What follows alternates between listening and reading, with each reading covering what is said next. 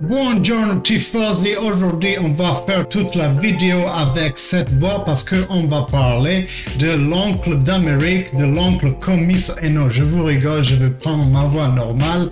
C'était pour faire une petite blague avec Emily in Paris, je ne sais pas si vous l'avez vu. Mais dans tous les cas, aujourd'hui on va parler du très cher Rocco Commisso qui ne perd pas occasion de faire parler de lui dans la presse, bien entendu avec des tons très forts, très American comme d'habitude, et donc aujourd'hui il crache encore une fois sur Andrea Agnelli, mais pas que, aussi sur la Serie A en général et sur la gestion du Stadio Artemio Franchi de Florence. On va aussi discuter de toute la partie mercato parce que il y a toujours des petites ruses, mais voilà, rien de faramineux qui soit sorti aujourd'hui au niveau du mercato, mais on va quand même faire une petite revue.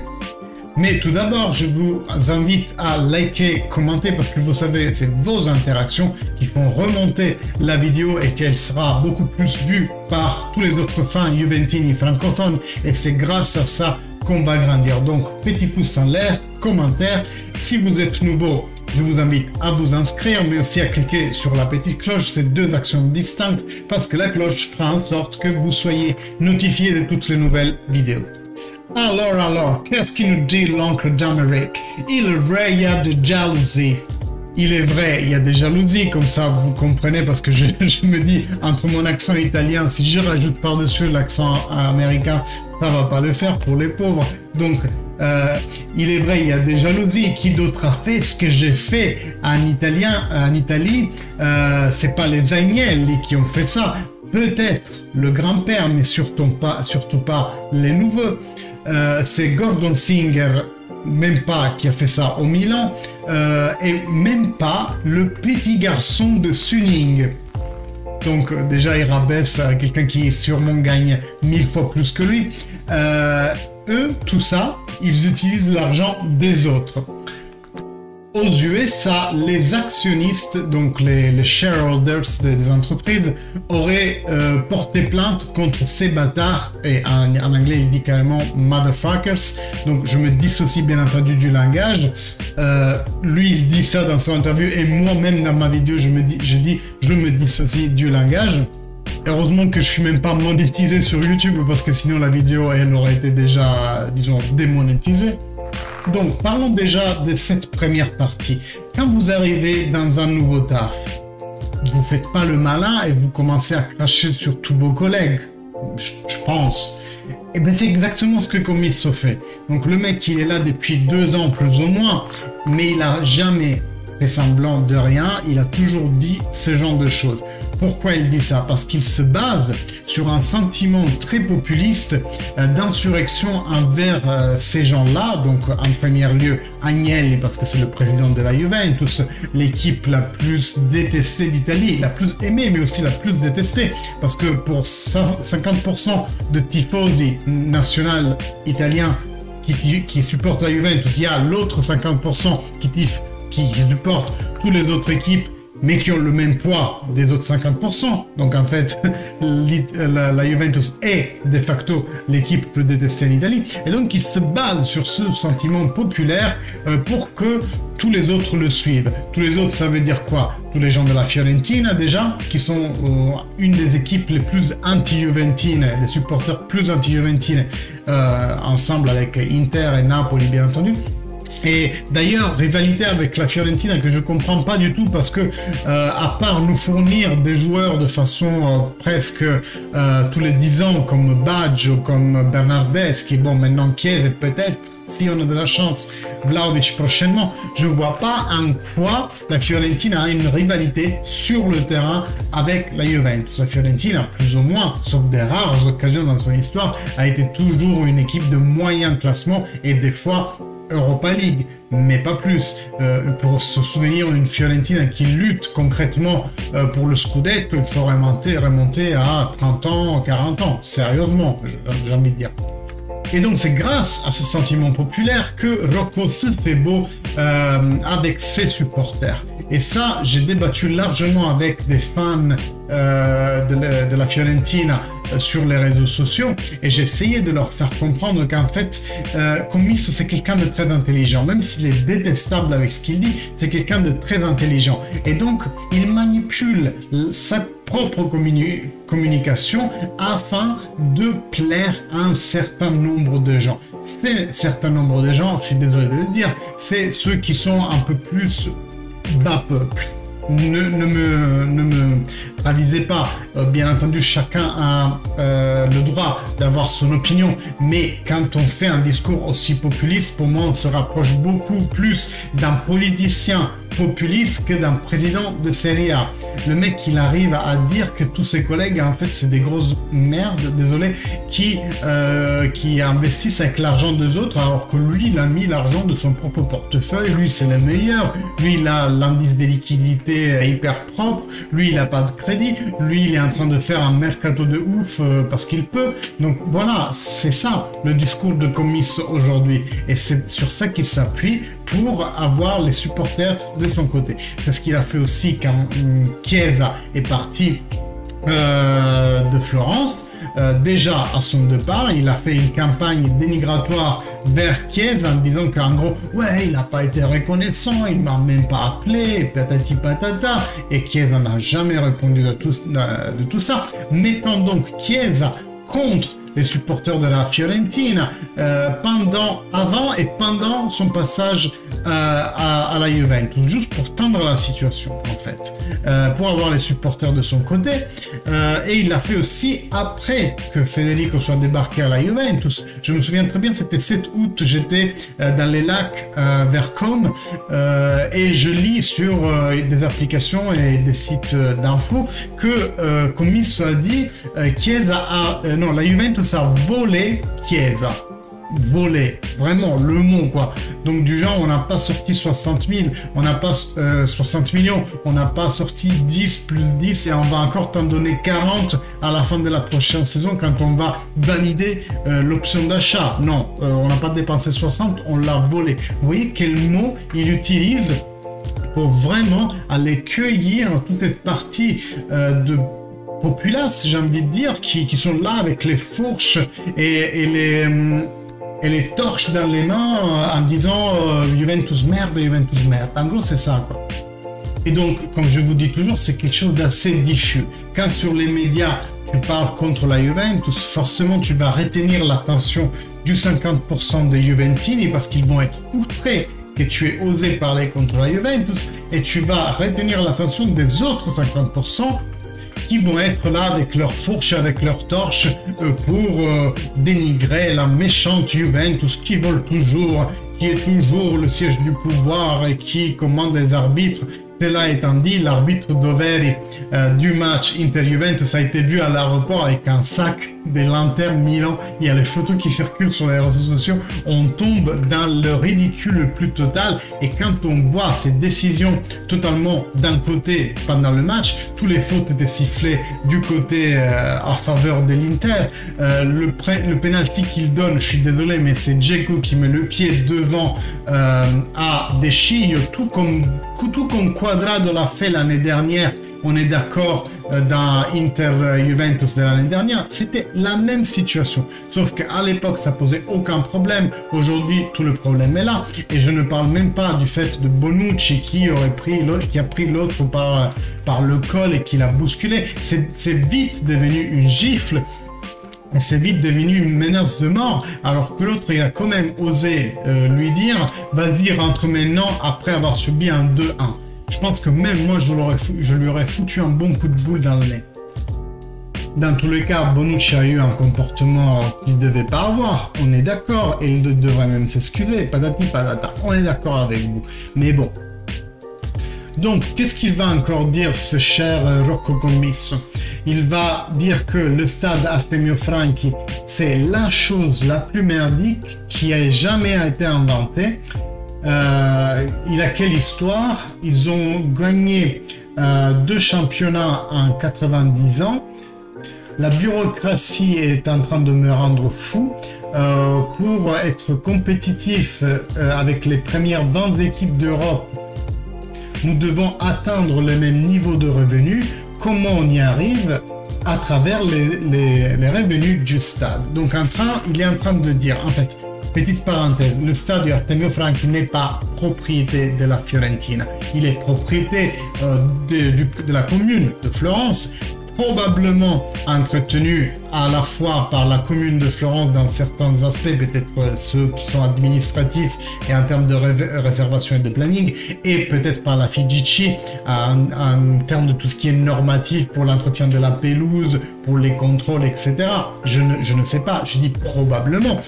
Et donc la Fiorentina ne fait qu'en gros louer le stade quand elle y joue. C'est-à-dire qu'ils doivent peut-être payer une certaine somme parce que le stade ne leur appartient pas et encaisser une partie des revenus.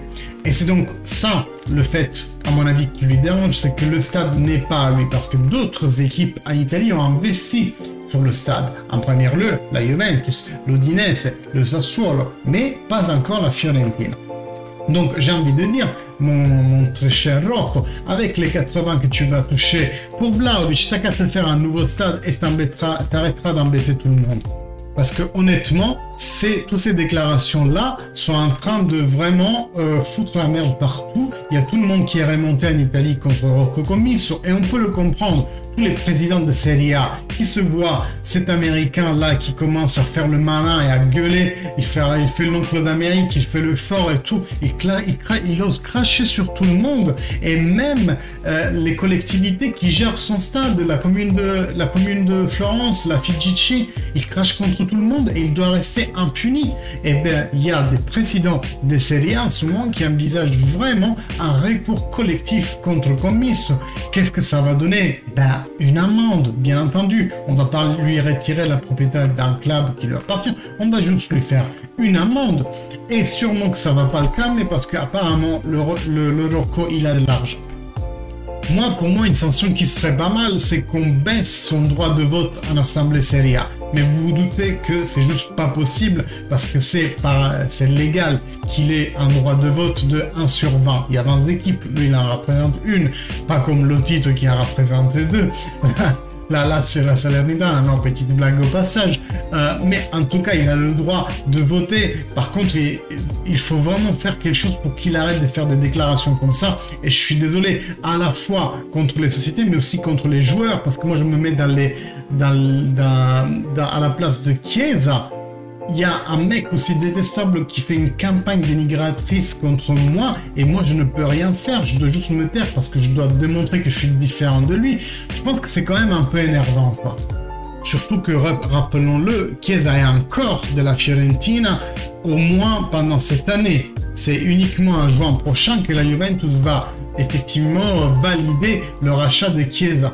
Je vous rappelle, j'ai fait un tweet à ce sujet assez intéressant, qu'il y avait 3 conditions pour le rachat de Chiesa. La première, c'était un nombre de présences, le deuxième, c'était un nombre de buts, et la troisième, c'était que la Juventus se qualifie en Champions League pour les 2 années. Donc la première a sauté parce qu'il est blessé, la deuxième a sauté aussi parce qu'il est blessé, donc il ne va pas atteindre les 2 premières raisons pour valider que ça devienne obligation d'achat.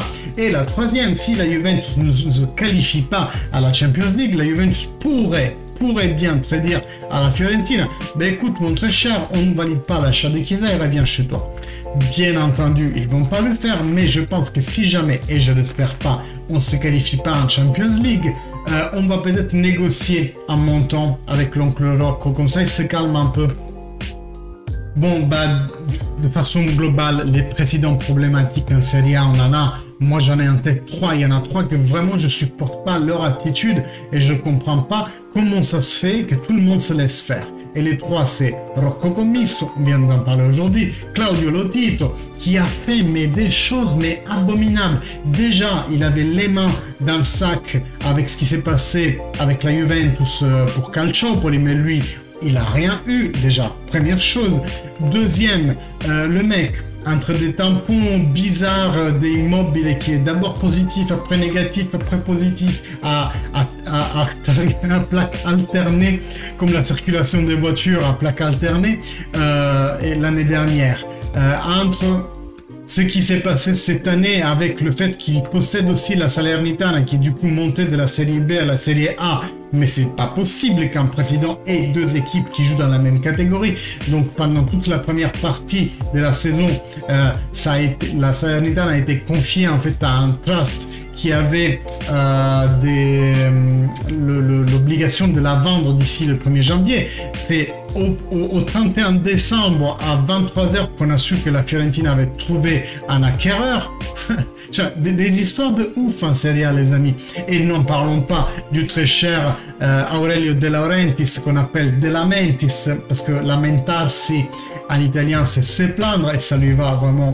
Surnom magique, Lotito, on l'appelle lo Tirchio parce que Tirchio en italien ça veut dire radin et ça lui va aussi. Voilà, le commisso c'est l'oncle de l'Amérique. Mais voilà, De Laurentiis vous le connaissez avec surtout des histoires de Hasle et tout, ça en devient vraiment ridicule.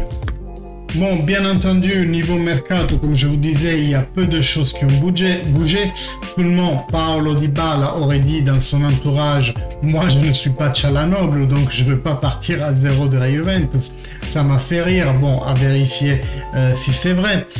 Ensuite, l'échange entre Arthur qui irait à l'Arsenal et Loftus-Cheek qui viendrait du Chelsea à la Juventus. Donc ouais, c'est pas vraiment un échange en fait. C'est juste, on prend Loftus-Cheek, ça se refroidit un peu. Et honnêtement, moi, Loftus-Cheek, ça me paraît un mix entre Rabiot et Arthur. Ça veut dire qu'il garde quand même beaucoup le ballon. Il a quelques sprints intéressants, mais après, il me semble assez brouillon en phase de dernier passage et de réalisation. Vous ne faites pas, surtout pas, hein, quand il y a un joueur qui est associé à la Juventus, on a tendance à aller regarder les highlights, mais dites-vous que les highlights ne vous montrent que les choses bonnes du joueur. Les regardez plutôt des lowlights, ça existe, des choses qui vous font voir le mauvais côté des choses. Et c'est ce que j'ai fait, j'étais regardé des vidéos de scouting plutôt, et je vous cite la très bonne chaîne YouTube Emi Scouting. Oui, il parle italien, si vous parlez italien c'est tant mieux pour vous, mais autrement je pense que ça c'est un peu compréhensible ce qu'il raconte même en étant francophone. Donc c'est une chaîne que je vous conseille, Emi Scouting. Et ce qu'il nous dit, ce qu'il nous raconte, c'est qu'en gros, Loftus-Cheek, déjà c'est chiant à prononcer, comment il va faire Allegri quand il doit l'appeler, il doit chercher un petit nom, mais en plus de ça, oui, c'est un joueur qui est intéressant, mais c'est un factotum, il fait un peu de tout, mais il est spécialisé en rien, et surtout au niveau de la dernière passe et surtout de la conclusion, il a marqué 0 but cette année avec Chelsea, bah on peut avoir mieux quoi. Juventus toujours sur l'hypothèse Bruno Guimaraes qui nous viendrait du Lille. Par contre, ouais,